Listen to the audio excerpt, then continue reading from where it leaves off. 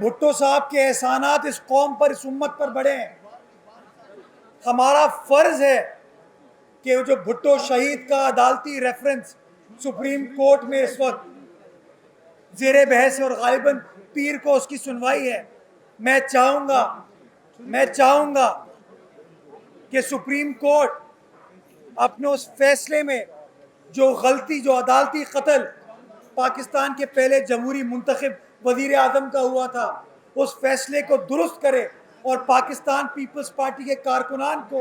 بھٹو خاندان کو، ان کے ورثاء کو، پاکستان پیپلز پارٹی کے ایک ایک کارکن کو، آئین سے، جمہوریت سے محبت کرنے والے ایک ایک شخص کو وہ انصاف فراہم کیا جائے، اور ونس اینڈ فار آل یہ فیصلہ ہونا چاہیے کہ جو سزا ذوالفقار علی بھٹو صاحب کو دی گئی تھی وہ سزا قانون کے مطابق نہیں تھی، وہ سزا غلط تھی، بے بنیاد تھی، اور سزا کے فیصلے کو سپریم کورٹ کو اب ختم کرنا چاہیے اور انصاف پاکستان پیپلز پارٹی کے کارکنان کو اور بھٹو خاندان کو، بھٹو صاحب سے محبت کرنے والوں کو ملنا چاہیے۔ شہید ذوالفقار علی بھٹو سے پہلے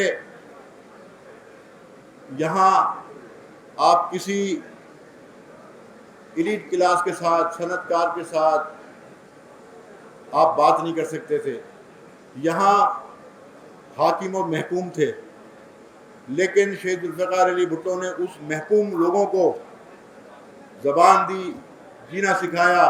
اور اپنا حق لینا سکھایا، اور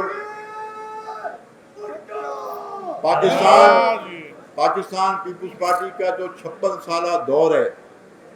ہمیں 56 سال اس پارٹی کو بنے ہوئے ہو گئے، اور اس 56 سالوں کے اندر ہم نے ایوب آمریہ سے ٹکر لی، ضیاء الحق آمریہ سے ٹکر لی، مشرف آمریہ سے ٹکر لی، اور ان سول آمریتوں سے بھی ٹکر لی جو کہ کسی کے پٹھو بنا کے بٹھائے گئے۔ پاکستان پیپلز پارٹی کے قائدین سے لے کر پیپلز پارٹی کے کارکن تک، اور اس میں یہ بات کرنے میں کوئی عار محسوس نہیں کرتا کہ اس جمہوری جدوجہد کے اندر میرے کالے کوٹ کے وکلا کا بھی بہت بڑا کردار ہے۔ اور کسی سیاسی جماعت کو، اور میں یہ بات کہتا ہوں ہمیشہ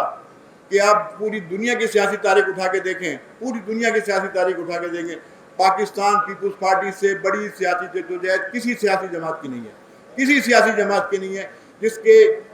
قائدین شہید ہو گئے، جس کے جو کارکن پھانسیوں پہ چڑھ گئے، جس کے جو کارکنوں کو کوڑے مارے گئے، قید و بند کی سبودیں برداشت کی گئی۔ لیکن میں خراج تحسین پیش کرتا ہوں اپنے وکلا ساتھیوں کا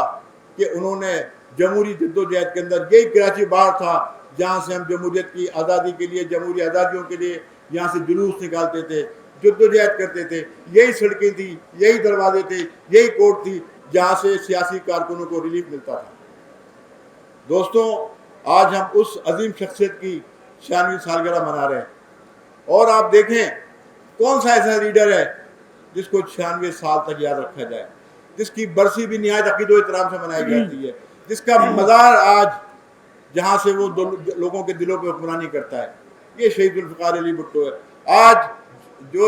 جو ملک میں جمہوریت قائم ہے وہ بھی شہید ذوالفقار علی بھٹو کی دین ہے، جو آپ کو ووٹ دینے کا حق ہے وہ بھی شہید ذوالفقار علی بھٹو کی دین ہے۔ تو پاکستان پیپلز پارٹی کے یہ پوری تاریخ ایک بے مثال تاریخ ہے، اور ہمیں فخر ہے اپنے قائد کے اوپر، اپنی محترمہ بے نظیر بھٹو پر، اور آج محترمہ بے نظیر بھٹو